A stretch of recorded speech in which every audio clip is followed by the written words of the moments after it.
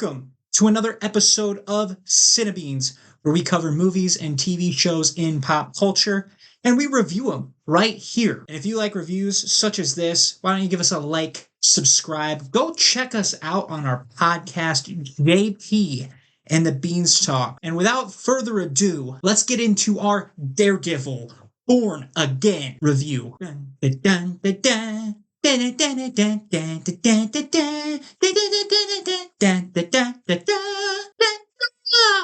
Let's start out with the spoiler-free review of Daredevil Born Again. For starters, I thought this show picked up exactly where the old one left off.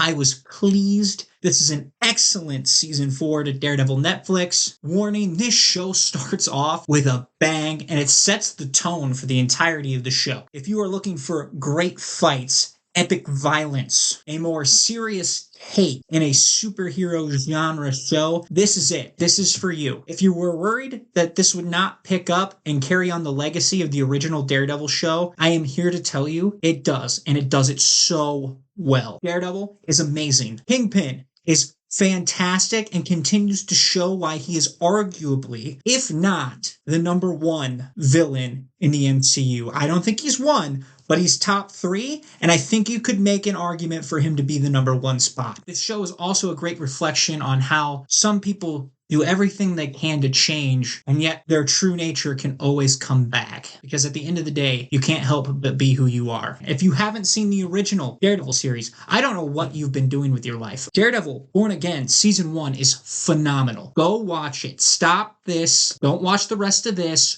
Go watch it, then come back for the full review. Spoilers. All right, that's your warning. I said it 4 times per usual. We are getting into the nitty-gritty of this show. The showrunner of this series is Dario Scardapane. Now, you might not know who that name is, but he also did the original Punisher series that was also on Netflix. So if that tells you anything, you know that this is going to be violent, and it was. Season 1, Episode 1 picks up with everybody having a good old time. Foggy, Matt, Karen, picking up right where they left off. Everything is jolly and good until it's not. Bullseye makes his long-awaited return, kills Foggy Nelson. Crazy. That is the opening scene of this series. Foggy dies. Now, if you look in the comics, Foggy does not stay dead, okay? There's a lot of theories. Foggy's still alive. Foggy didn't actually die. We'll see. It remains to be seen. I could see it going either way. After his death, it is an epic fight between Daredevil and Bullseye. First of all, I could watch these two fight till the end of time. It is brilliant. The way they have done Bullseye on the screen, on live action, is perfect. Honestly, I don't think it could be any better. The way he can just pick up random objects and just chuck them into people. If you remember in Season 3, the fight scene where he's pretending to be Daredevil, and it's Daredevil versus fake Daredevil, and he's just taking office supplies, pens, staplers, paper clips, just chucking them at like this intense velocity, and just watching it get stuck in Matt all over the place on his body. You're just like, holy crap, how do you beat a guy like this? He's bouncing it off of walls, off of the ceiling. It's actually insane. And so to continue doing this, now it's at a bar. They're going up and down the hallway. They get to the roof. Matt now realizes Foggy is fully dead. He's not coming back, and he just chucks Bullseye off the roof. Tries to kill him, which is the line that Matt said he would never cross. Somehow, Bullseye lives from falling off that roof. That is a hole here. That is a plot hole. I don't know how he survived that. I would be very curious to see what they do with that moving forward. But Matt has officially tried to cross the line. That is the opening 5 minutes. And it sets the tone for the rest of the series. And I love it. Then we have a 1-year time skip. Matt is no longer this lawyer that is on the low level of things. He has actually made the climb. He aligns himself with probably what would have been Foggy's girlfriend if he would have still been alive. Those two create a new firm, and Matt's pretty darn successful as a lawyer. To no one's surprise, he's a very good lawyer. Now he's actually taking on these premier cases, actually making some good lawyer money. His apartment is super nice. He's making it back. He's making it better. Then we see Wilson Fisk. When we last saw Wilson, he was dealing with Echo, got his ass kicked by Echo, and he starts to go back to New York. And he realizes that New York could be doing better. And so what does Wilson Fisk decide to do? The Kingpin decides to run for mayor, a formerly convicted criminal. And that son of a bitch wins it. He wins it. But before he wins it, Matt and Kingpin get together, they sit down at a diner and start discussing who they've been and who they're trying to be. And Matt says he's given up Daredevil, and Kingpin says he's given up being Kingpin. And they both come to this mutual agreement that if one of them goes back to their old lives, the other one will be there to stop. And that's the beauty of their relationship. They are trying to be different and better people in their own heads, and yet here they are, still saying that they will be the foil to each other if one of them steps out of line. Matt going back to being Daredevil, Fisk going back to being the Kingpin of crime. And here's the thing. Fisk's main thing is he's going after vigilantes, people that believe that they are above the law. So then we have the court case of Hector Ayala's, aka the White Tiger. They don't actually know right away that it's the White Tiger,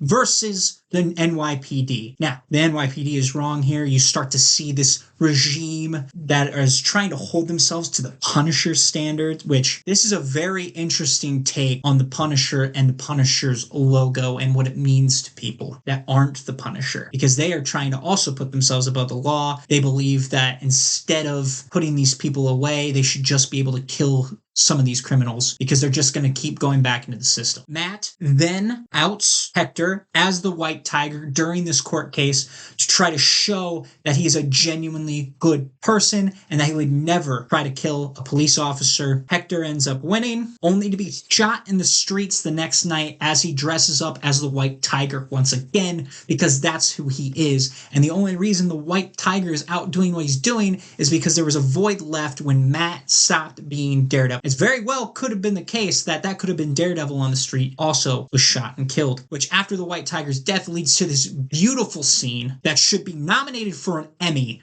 of Punisher and Daredevil going back and forth, and the Punisher trying to get Matt to realize that being Daredevil is who he is. People need him. And he's also trying to tell him crossing the line is not a bad thing. Sometimes it's necessary. Now, maybe not as necessary as the Punisher is with killing everybody that's a criminal, but he's trying to reason with Matt that it's not all his fault. He's trying to get Matt to anger out, get the violence out, because Matt needs an outlet. Matt's been holding on to all this emotion inside, and seeing Hector get shot and killed out there just makes him realize that the system is somewhat broken. So you have all that going on, and then you have Muse. Muse comes in, he's a serial killer, paints with the blood of his victims. It's one of the darkest Daredevil villains, dare I say Marvel villains out there. You can make a case that Muse would be a great Batman villain. That's how dark this guy is. And Hector, the White Tiger, was trying to figure out where Muse is. Hector's niece ends up taking up that responsibility, trying to figure out where he's located, ends up getting kidnapped. Matt comes back as Daredevil in the nick of time because he knew the Muse thing was eating at him. There's a serial killer out there on the loose, and now no one's out there to stop him, so it has to be him. He talks himself into it, goes out there, saves the White Tiger's niece, who will eventually be the White Tiger. Okay, spoilers, non-spoilers. This is comics, baby. This is how this works. I'm used to a female White Tiger, so I knew it was a matter of time. Muse and Daredevil have an epic fight in the sewers. Daredevil ends up fending him off, but Muse gets away, and he saves the niece. Matt also has a new love interest in this. Her name is Heather, and she is a psychologist and a very good one at that. Muse runs into her. Muse tries to kill her. That's the final fight. Daredevil of Muse, because they kill Muse, okay, which is a damn mistake. He was a great villain. I wanted more of Muse, and I feel like they rushed his timeline here. That should have been like the final episode or two. Daredevil and Muse go at it. She ends up killing Muse, Heather, but after this fight realizes that Daredevil and Muse, in her head, are basically the same. They hide behind a mask. They are selfish in that sense. That's her takeaway. Kingpin's police force ends up taking credit for the hit on the vigilante over Heather. They end up protecting Heather from that. And now Kingpin has some fire underneath him. They've now taken off the board a vigilante, a masked menace, if you will. During the Muse process, Kingpin realizes they need more brutality, more force. And he finds this rogue police task force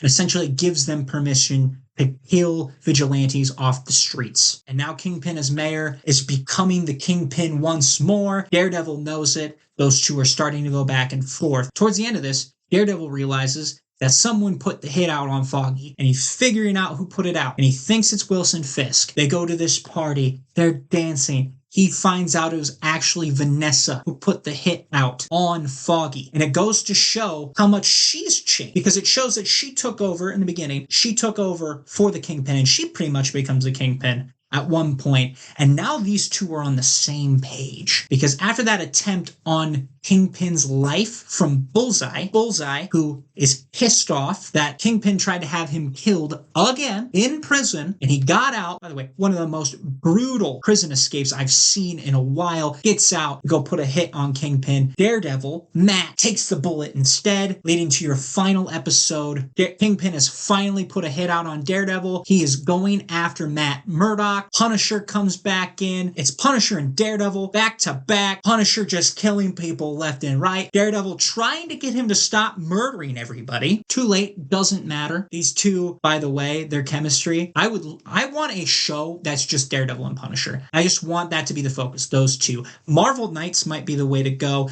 Season 2 of Daredevil Born Again very well much could be this as well. I need more of them together. The relationship is perfect. The differences between the two and the way they conflict but still work together is just brilliant. So Kingpin has issued a police state in New York. He kills the commissioner of the police force, and he's pretty much saying, you're either with me or you're against me, and if you're against me, you're gonna die. And that's what happened. And he has probably one of the most brutal kills in a Marvel show or movie by just squeezing the commissioner's head until it just pops like a balloon. It's insane. And this is where the show leaves off. Is essentially Kingpin has created an army in New York, and he's taking over the city of New York and making it a police state. Daredevil, knowing damn well he can't go in there by himself or he might get killed, has decided that he needs to make an army to rise up against the police state and free the city of New York. That's the end of this season. And let me tell you, I am so excited for season 2. But let's get into the cast. Let's grab the notebook. We're going to make this real quick. Handy dandy notebook. Here we go. At the top of the list, the cast of this show, we have Daredevil, Matt Murdock, played by Charlie Cox. Charlie Cox, when his role as Daredevil is officially over, may go down as one of the best performances for a superhero. It may get to the point that whoever takes up the mantle next of Daredevil might not be able to live up to the hype. It is getting to the point now where it's Robert Downey Jr. is Iron Man. He very well much could be cemented as Daredevil because my lord, he just nails it. I love Matt's arc in this show. It's perfect. He's trying to kick the Daredevil habit. I wish we got more Daredevil, but I also feel like season 2, we're only getting Daredevil. I don't think we're going to see much of Matt Murdock in the next season. I think it's going to be all Daredevil, and it's going to be awesome. Last thing I'll say is I cannot wait to see who Daredevil recruits on his team. I can't wait to see him as a team leader. This could be really cool, this dynamic. Then we have Kingpin, Wilson Fisk, played by Vincent D'Onofrio. Now, what I said about Charlie Cox being Daredevil, this is already Vincent D'Onofrio as Kingpin. This is it. He is Kingpin forever. I will never see him as anything else. He has locked himself in that position. He is phenomenal. Like I said in my spoiler-free part, this dude is a top 3 Marvel villain, top 3 MCU villain. He's not 3.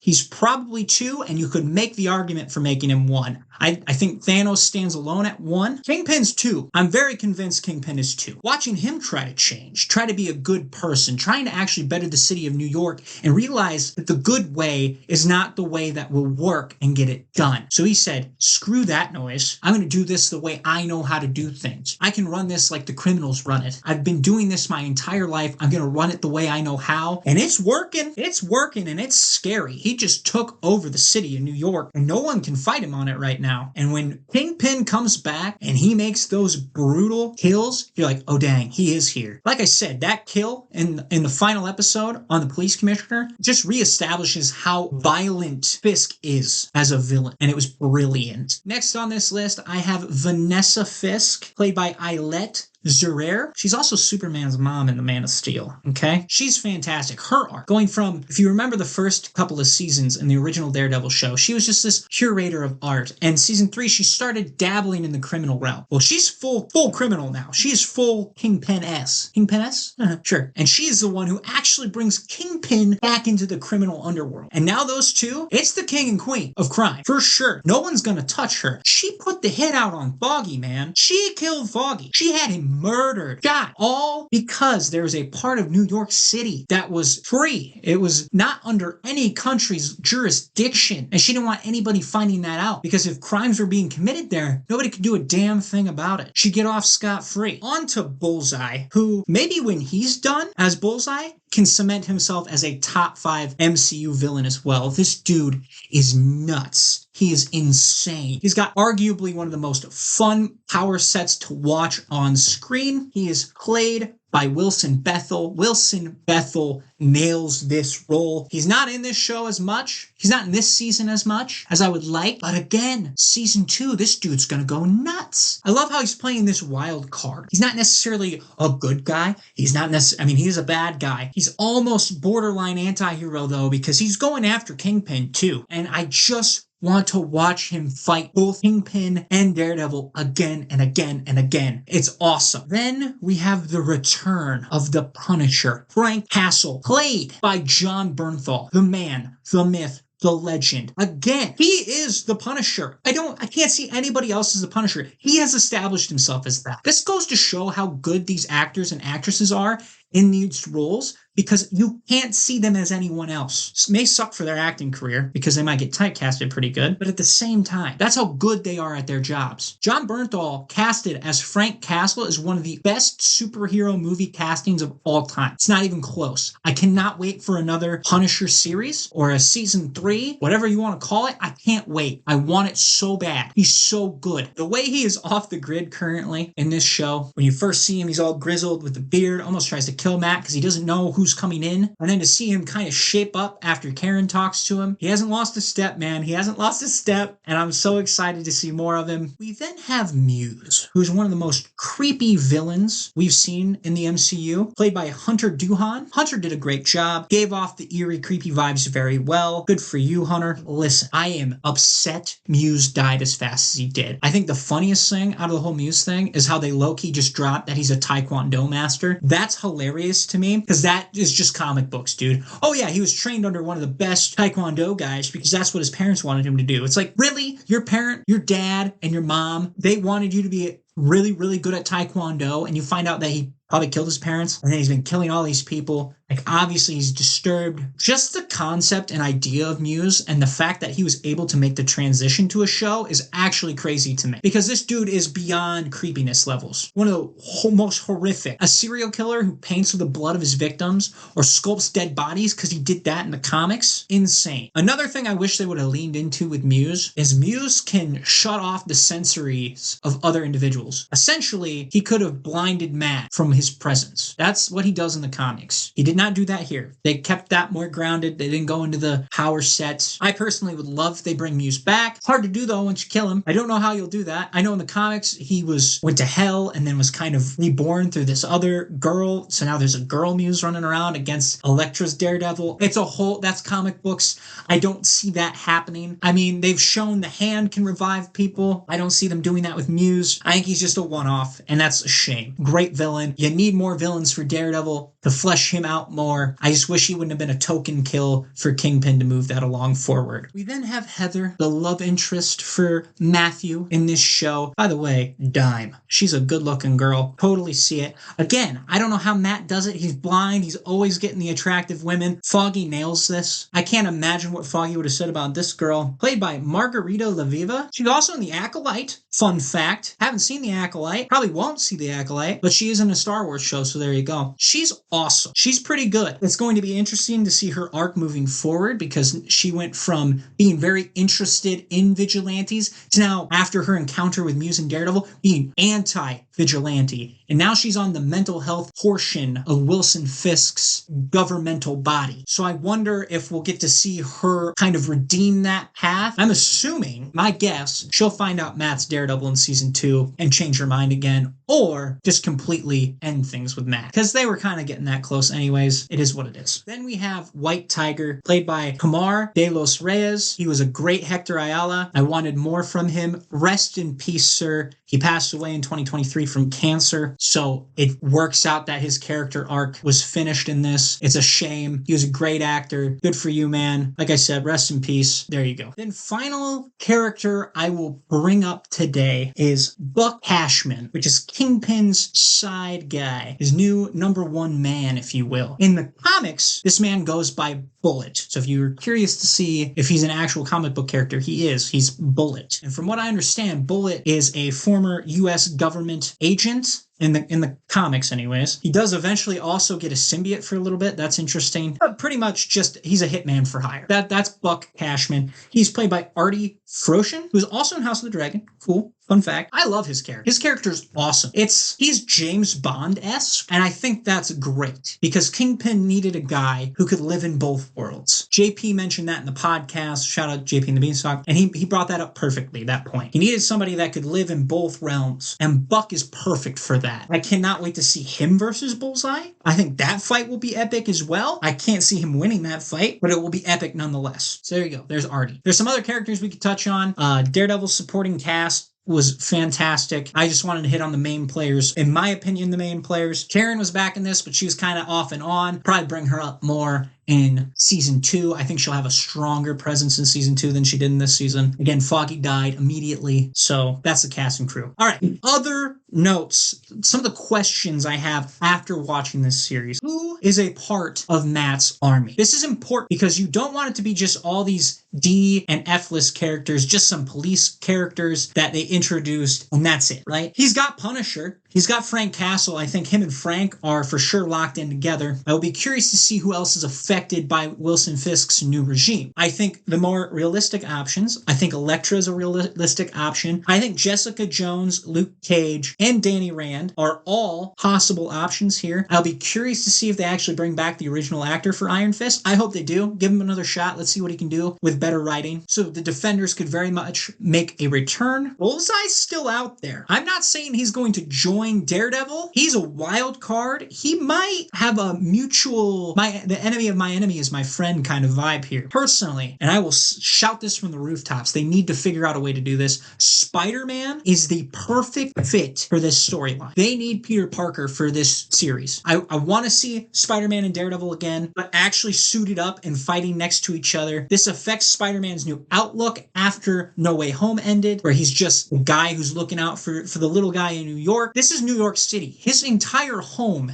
is under a police state. I cannot imagine that Peter is just sitting at home being okay with what the Kingpin's doing. This is the time. I want to see Kingpin versus Spider-Man. Spider-Man doesn't need to be the focal point because that might happen if Spider-Man's in this, but he needs to make an appearance. He needs to show up. This is the time. He works too well for this. I would also love to see Jay Jonah have a couple of clips of him in his office ranting, talking about how brilliant Wilson Fisk is for finally stomping out vigilantes, because that's his whole stance. Spider-Man fits too well for this to ignore him. You need to throw him in here, okay? So I'd like to see Spider-Man. I don't think it's going to happen. Here's some other shots, okay? We could see the Marvel Knights make an appearance. So who could show up with the Marvel Knights? You could have Doctor Strange, which I don't think will show up. He's off doing other things in different dimensions. Black Panther. Maybe. I'd like to see where Ironheart is located at. I think it's San Francisco, personally. But if the Hood's in New York City, she could very well work in here. You have Ghost Rider, who I would love, but too OP.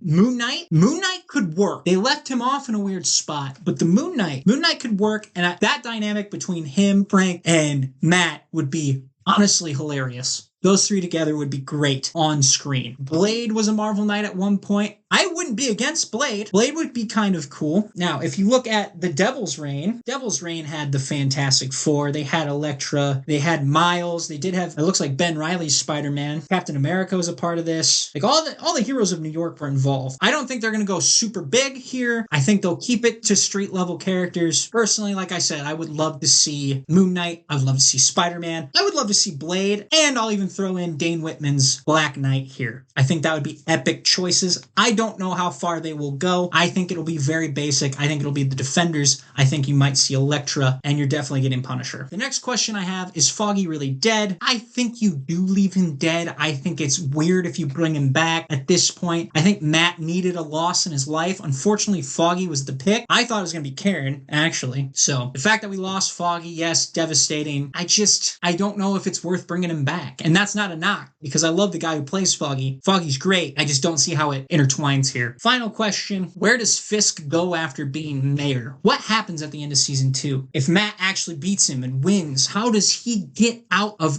everything? How does he escape? Are you going to put him back in prison again? We've already seen what he does in prison. Do you take him to the raft? That's interesting. Or does it even matter because Secret Wars happens and it resets everything? I don't know. It's curious to see what Fisk will be doing. Does Fisk find a way to be on that part of New York that's no longer under anyone's jurisdiction, and that's how he gets out of all the crimes that he just committed? What happens to the police force? I'm assuming they're all arrested if they're not dead. I'm curious to see what his next thing is after this. Does he just retire? Go off in the sunset?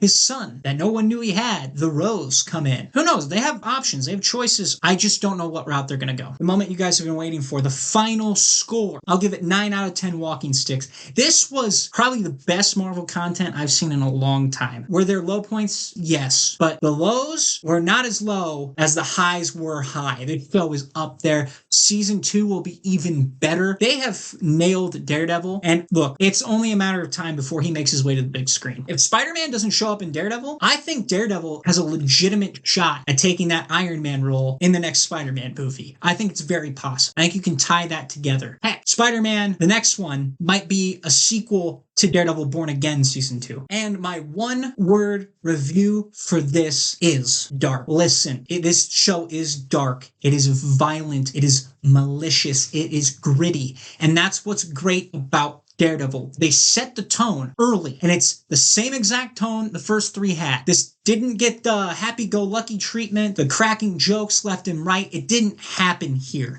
and it was necessary and it was needed. It was everything we wanted Captain America 4 to be in tone, but yet have enough different personalities bouncing off each other to make it better. There was still hope. It wasn't all, this one felt like there was hope. I think that's the difference. This had hope in it, that the world and that New York would get better and go back to the path that it was supposed to be on. All right, if you like this review, there are other reviews here. Go check them out. Like I said, subscribe, go watch the podcast JP and the Beanstalk every other week. Dude, we are on a roll right now. We got good stuff coming out here in the future. So come take a look. And at the end of the day, thank you for watching. God bless.